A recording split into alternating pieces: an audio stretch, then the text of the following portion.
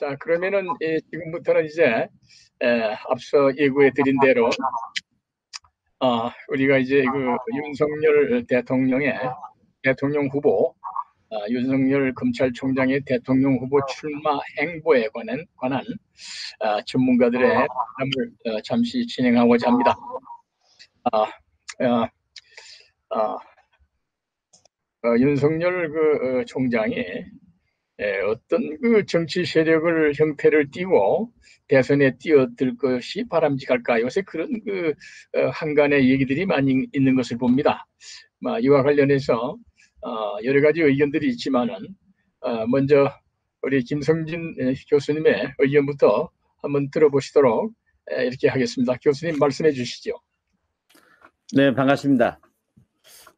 저도 충청도하고 인연이 없진 않은데 윤석열 총장은 지난번에도 말씀을 드렸던 것처럼 그 박근혜 억지 탄핵하고 무관하지 않은데 이것을 이제 어떻게 극복할 것인지 하는 것이 과제로 남아 있을 것 같아요.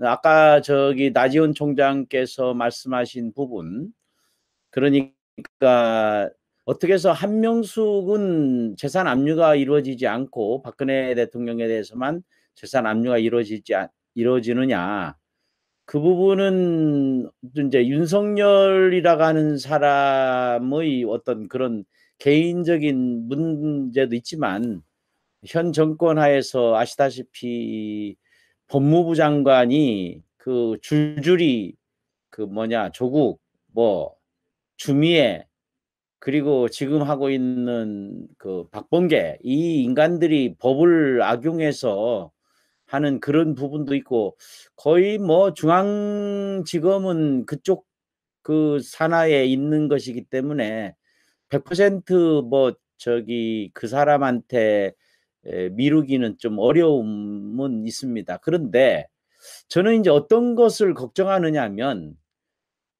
세상사가 다 그래. 자들은 항상 뒤에 뭔가를 준비하고 있는 단계라고 봅니다. 그래서 윤석열 총장이 압도적으로 이제 예를 들어서 60%니 이런 식으로까지 올라간다고 하면 또 마음을 못 낼 수도 있겠지만 현재 상태에서 이게 만약에 윤석열 쪽으로 확 쏠리게 되면 좌파들은 틀림없이 숨겨놓은 카드를 다시 드러낼 가능성이 높다. 그래서 저는 이제 그렇게 생각을 합니다. 한간에서는 윤석열 전 총장이 아이젠하워식의 그런 방법을 쓰지 않겠냐. 그러니까 제3지대의 정당을 만들어서 그 정당하고 합하는 방식으로 해서 그 국민의힘을 접수하는 그런 수순을 밟고 있는 게 아닌가 싶긴 한데, 그렇다 하더라도 전제 조건은 있습니다. 항상 우리가 구미호가 어려운 것은 어느 머리를 쳐야 될지를 모르기 때문이거든요.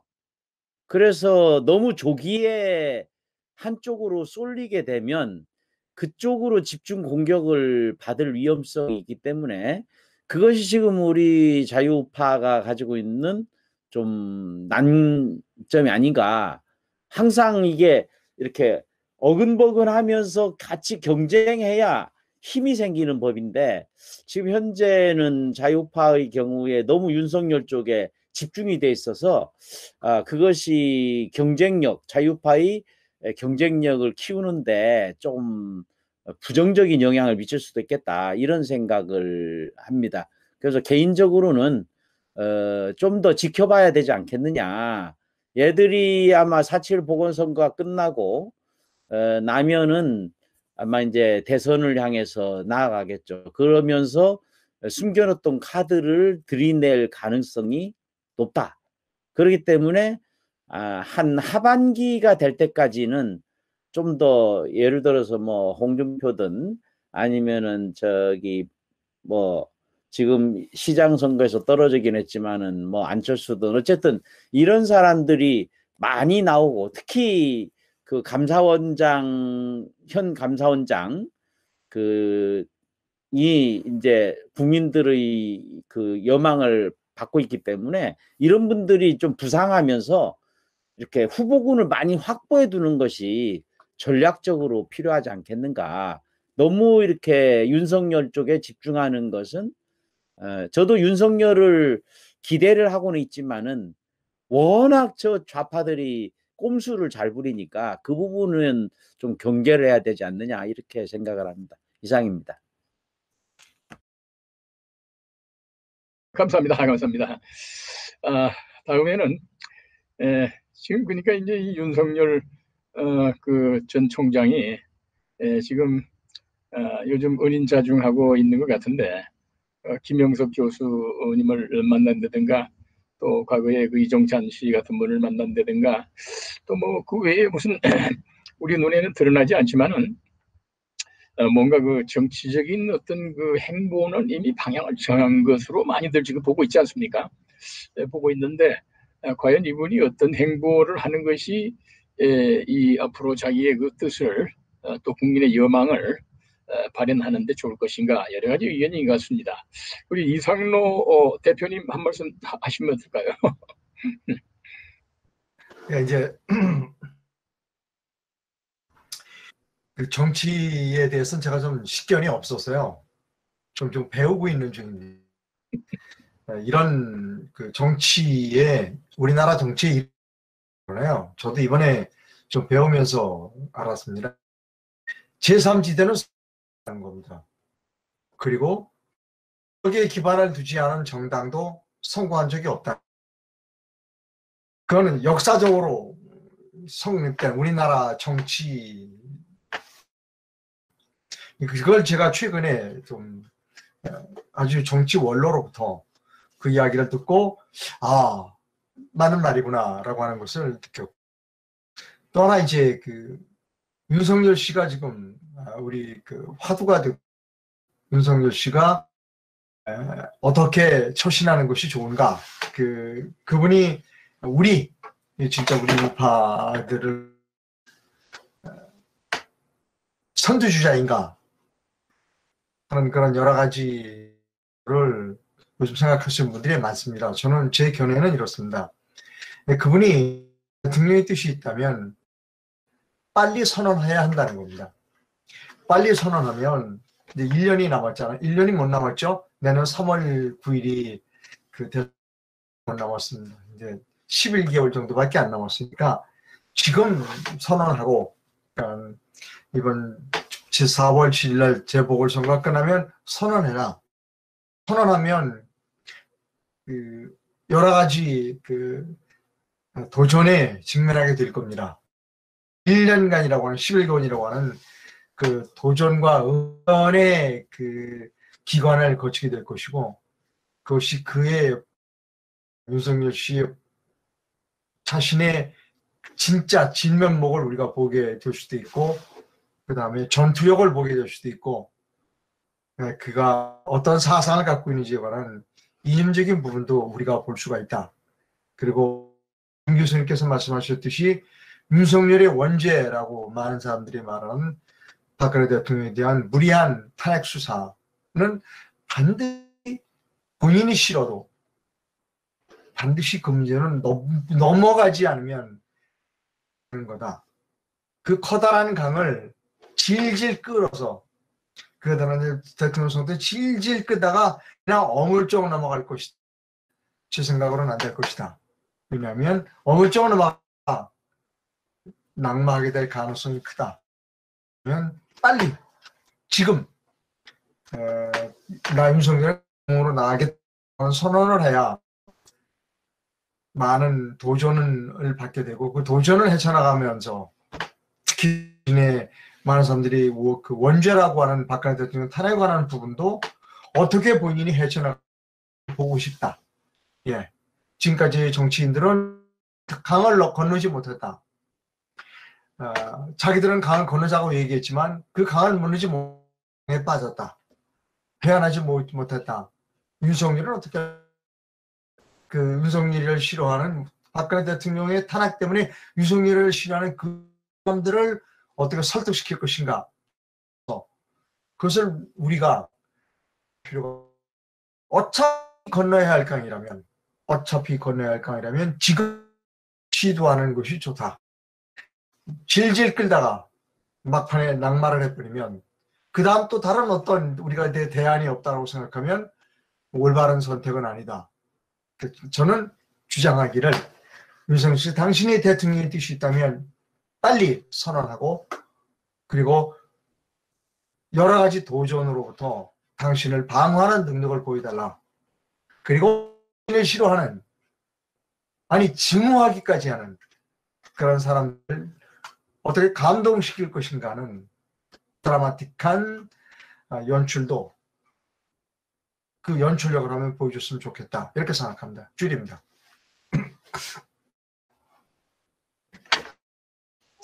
감사합니다. 좋으신 의견 감사합니다.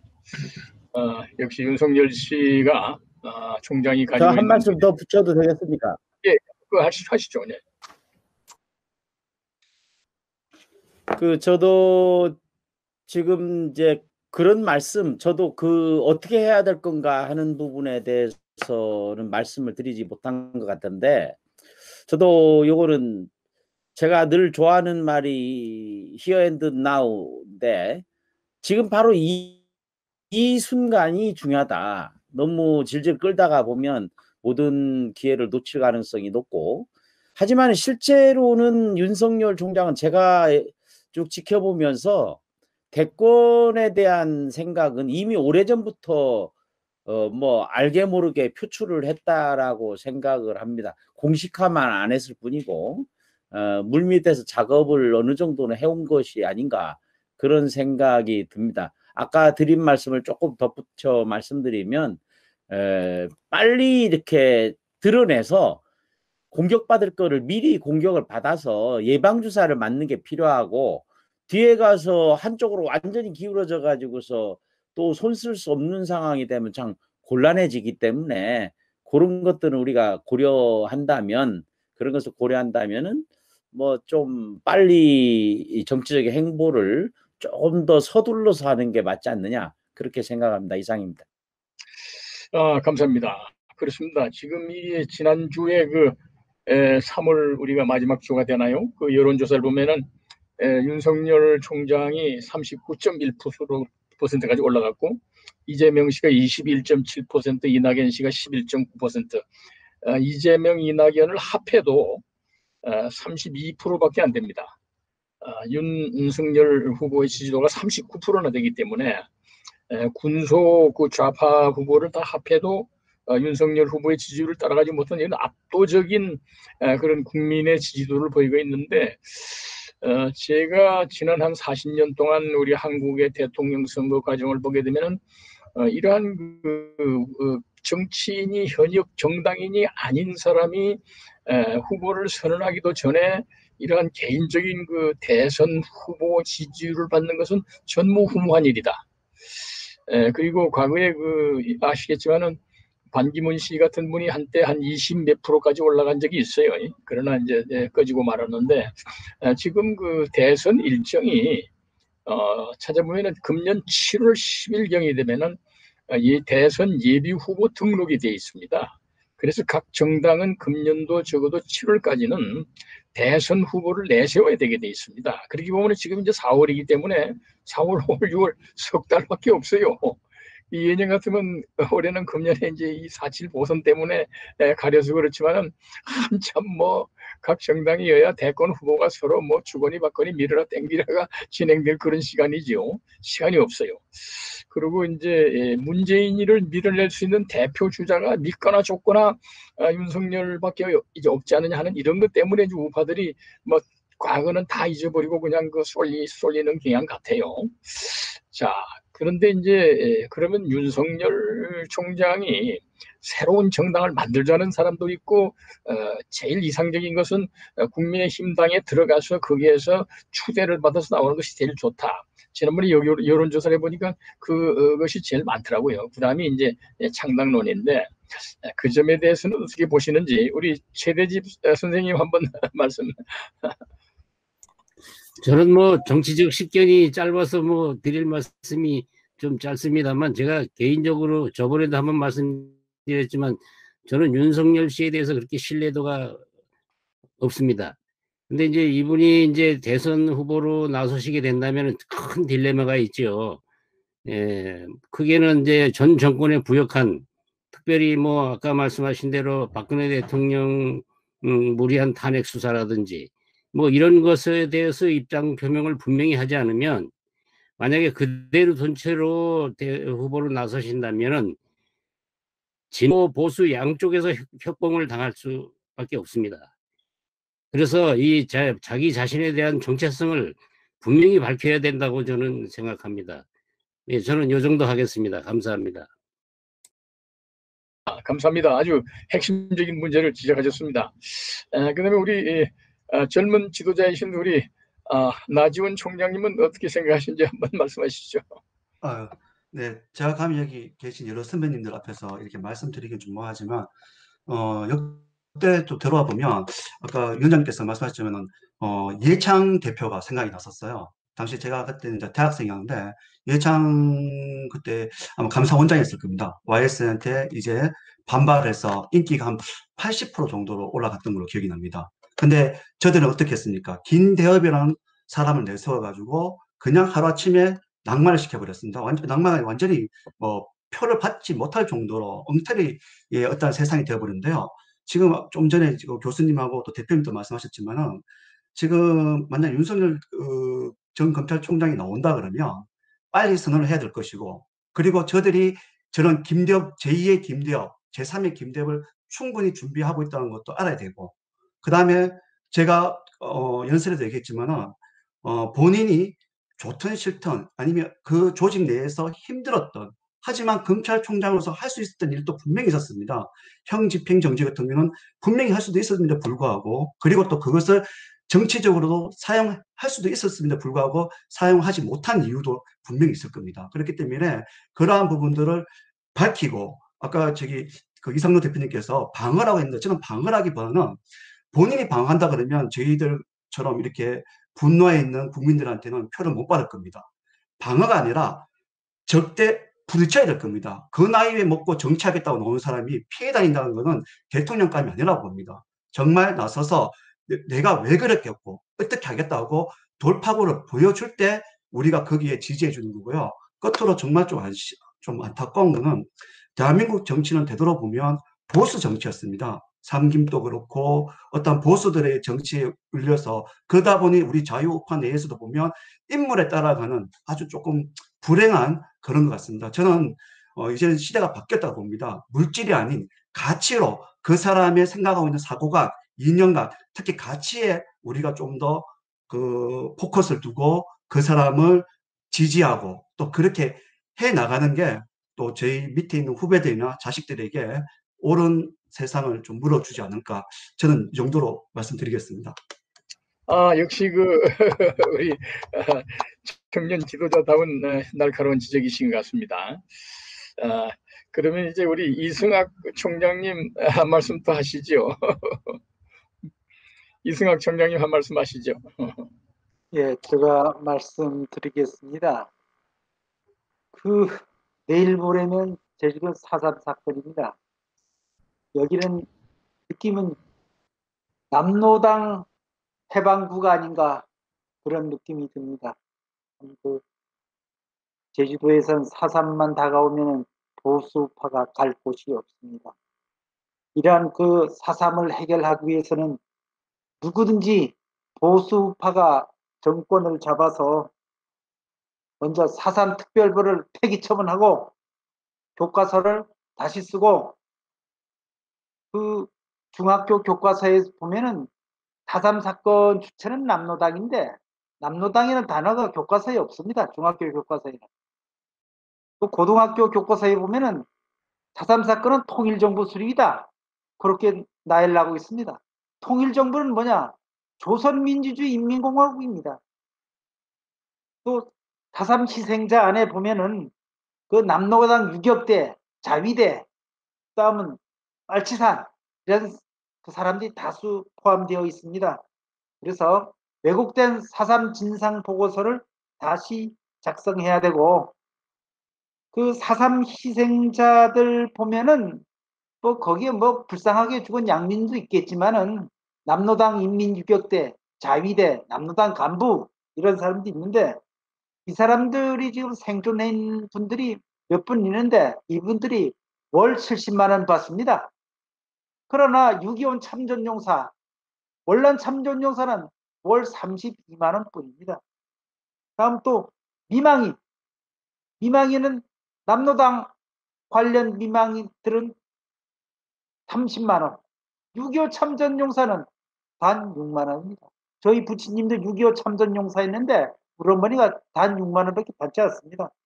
참 이걸로 보면은 뭐 보수파 윤석열이다 뭐 할 게 없이 누구든지 정권 교체를 위해서는 반드시 보수파가 정권을 잡아서 좀 떳떳하게 우리 보수파가 갈 길 가지 않았으면 저는 생각하고 있습니다. 이상입니다. 감사합니다. 감사합니다. 문재인과 민주당 극렬 좌파 세력이 행패를 부린 것은 4년밖에 안 되는데 실로 휴전 이후 지금까지의 모든 자유민주주의 금자탑을 산산이 부셔버렸다 생각이 되고 우리 이승학 총장님 말씀을 들으니까 역사를 바로잡는 일만 해도 정말로 엄청난 과업이 아닐까. 앞으로 참 만일 윤석열 총장이 우파를 대대해서 뜻을 이룬다면 엄청난 그런 과업이 안겨져 있다는 게 생각이 되네요. 우리 최정희 위원장님 또 고견을 한번 말씀하시죠.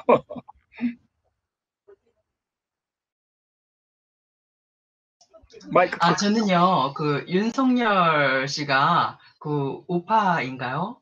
우파 아닙니다. 그 문재인 정권에서 그 초고속 그 승진을 한 그 좌파 그 사람이고, 다만 그 문재인 그 추미애 팀하고 그 싸워서 그 자기의 그 입지를 지키려는 그 과정에서 그 이제 그 국가적인 스타로 그 떠오른 분인데요.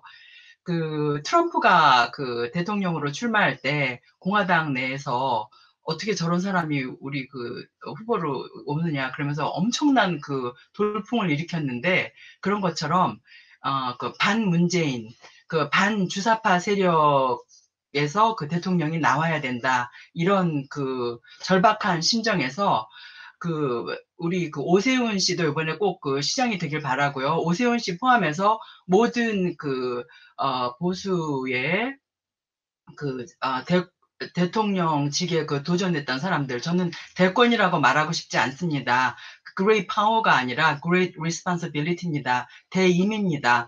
그래서 그 대통령직 그 커다란 그 임무, 그 책임에 도전했던 사람들이 다시 한번 그 윤석열의 이런 엄청난 그 인기에 주눅들지 말고 평상시에 자기 그 가슴에 품고 있던 국가 비전, 이런 것이 너무너무 간절하고 정말 꼭 자기가 정말 이 난국을 자기가 헤쳐나갈 수 있다, 이런 자기가 어떤 그 간절함이 있고 그 뜻이 있다면은 저는 정말 과감하게 나와서 그 윤석열의 그 엄청난 그런 그 인기, 이런 것에 맞서서 싸우라고 그러고 싶고, 그래서 그 성경 말씀에 철을 날카롭게 한다 그러거든요. 그래서 사실 우리 대한민국 체제 수호 세력 안에서 다양한 대통령을 꿈꾸는 사람, 국가 비전을 가진 사람들이 나와서 치열하게 싸워서 정말 최고의 리더를 우리가 체제 수호 대통령으로 맞는, 저는 그런 꿈을 꿉니다. 이상입니다. 네, 감사합니다. 우리 위원장님 역시 정치 평론가적인 아주 사려 깊은 그런 말씀을 하셨습니다. 노재성 위원장님. 네네. 근데 아까 이제 한 말씀을 더 드리면, 네. 저는 자꾸 김대중이 대통령 될 당시의 상황이 자꾸 오버랩되거든요. 그 당시에 이인제가 엄청나게 올랐었죠.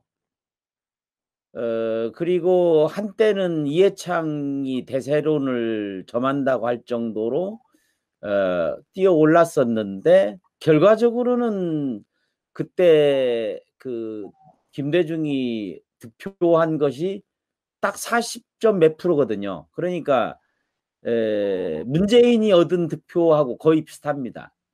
그러니까 결국 그 당시에 이인재가 얻은 19점 뭐 몇 프로인가 하는 것 때문에 결국은 김대중이 됐고, 지난 대선의 경우에 문재인이 41%, 그 다음에 저기 홍준표 후보가 24%인가 아마 그럴 겁니다.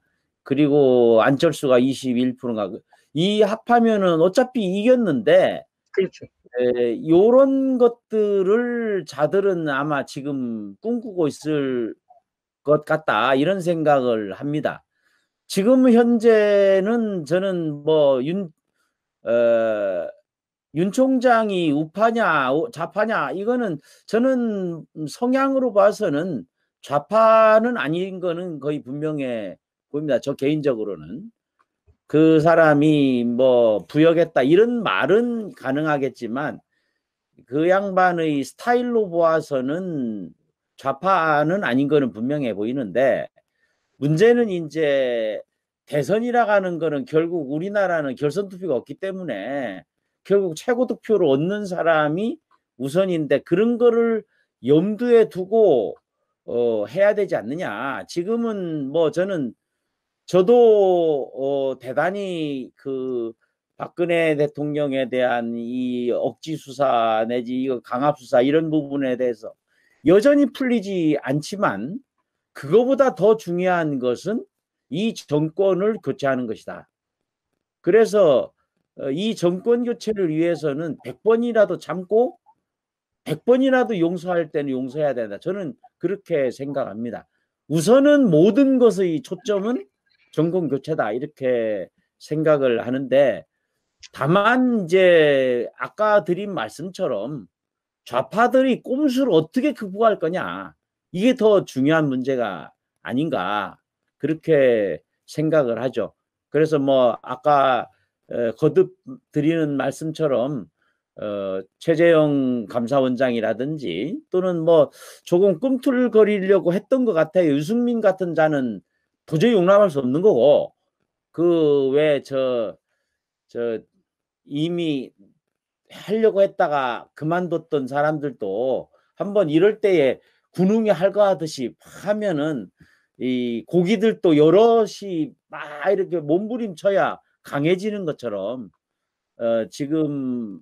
지금이 바로 그 시기가 아닌가, 이런 생각이 들어서 저 윤 총장이 뜻을 가지고 있으면 빨리 선언해서 털 건 털고, 만약에 윤 총장이 탄핵에 대해서 내가 이러이러한 부분에 대해서 자기 반성 겸 해서 이렇게 한다면, 역으로 그 국민의힘 그쪽에 있는 사람들, 탄핵 구역자들, 이 사람들도 대세에 밀리듯이 탄핵에 잘못한 부분을 과오를 인정하지 않겠는가. 그래서 역사의 물길이 또 잡힐 수도 있지 않겠는가, 그런 생각을 해봅니다. 다 시대에 따라서 주어지는 역할이 다르기 때문에 뭐 그렇게 생각을 합니다. 이상입니다.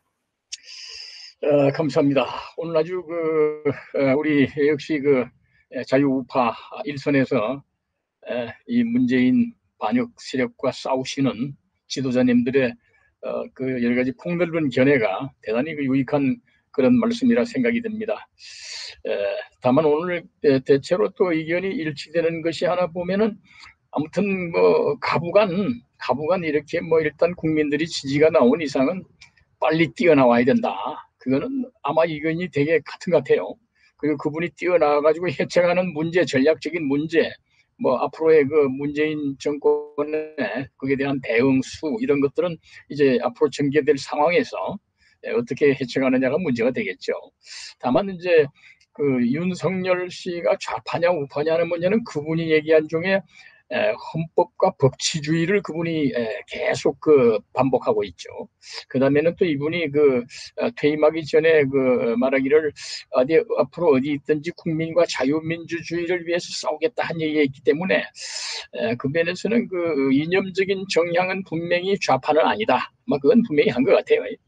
아무튼간에 오늘 이 여러 지도자님들의 말씀을 잘 들어보면은 윤석열 총장이 앞으로 어떤 길을 걸어가야 될 것인가 하는 이정표가 나올 것 같습니다.